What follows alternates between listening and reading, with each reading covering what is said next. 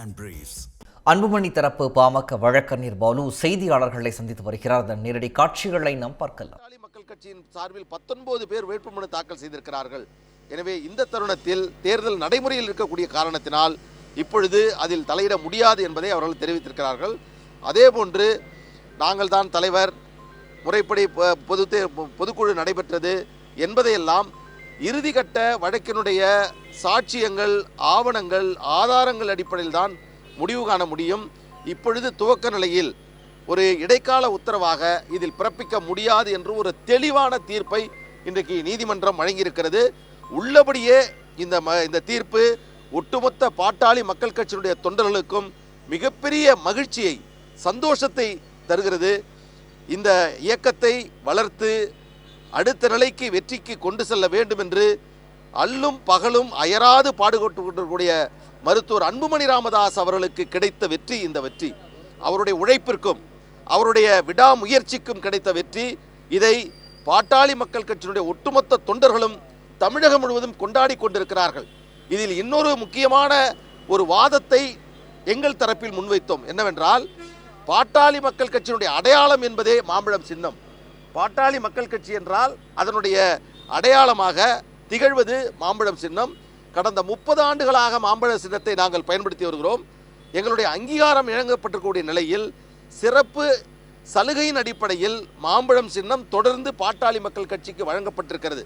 ஒரு கட்சியினுடைய நிறுவனர் ஒரு மாம்பழம் சின்னத்தை முடக்க வேண்டும் என்று எப்படி சொல்லலாம்?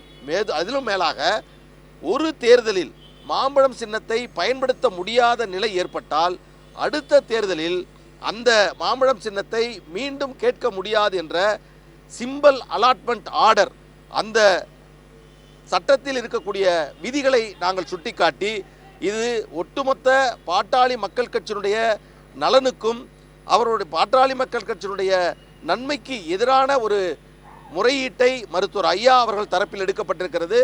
இவர் ஒரு நிறுவனராக இருந்து கொண்டு இத்தகைய மனுவை அவர் உள்ளபடியே அவருடைய இதய சுத்தியோடு அதை செய்திருக்க முடியாது.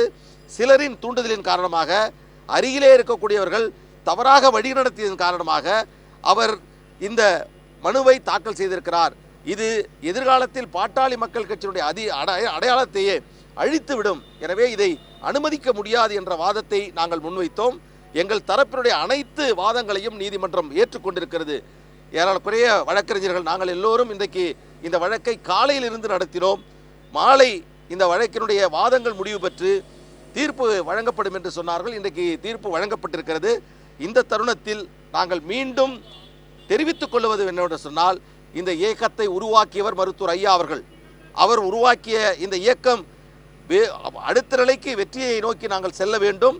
அந்த வெற்றியை நோக்கி சென்று இதில் பாட்டாளி மக்கள் கட்சி வரக்கூடிய 2026 தேர்தலில் தேசிய ஜனநாயக கூட்டணியில் மாம்பழம் சின்னத்தில் போட்டியிட்டு மிகப்பெரிய வெற்றியை நாங்கள் பெறுவோம்.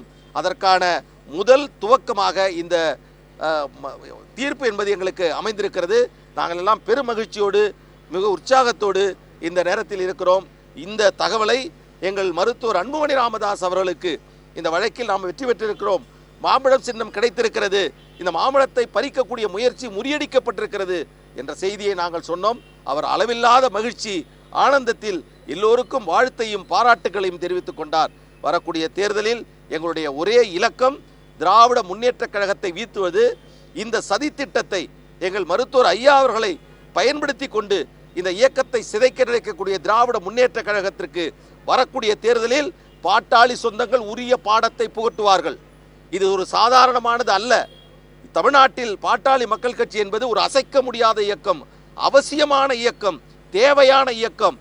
சமூக நீதிக்காகவும், ஒடுக்கப்பட்ட, தாழ்த்தப்பட்ட, பிற்படுத்தப்பட்ட மக்களுடைய நலனுக்காகவும் இதற்காக போராடி கொண்டிருக்கக்கூடிய ஒரு இயக்கத்தை சிதைக்க வேண்டும், அடையாளத்தை அழிக்க வேண்டும் என்ற திராவிட முன்னேற்ற கழகத்தினுடைய முயற்சி இன்றைக்கு எங்கள் சட்ட போராட்டத்தின் மூலமாக வெற்றி பெற்றிருக்கிறது.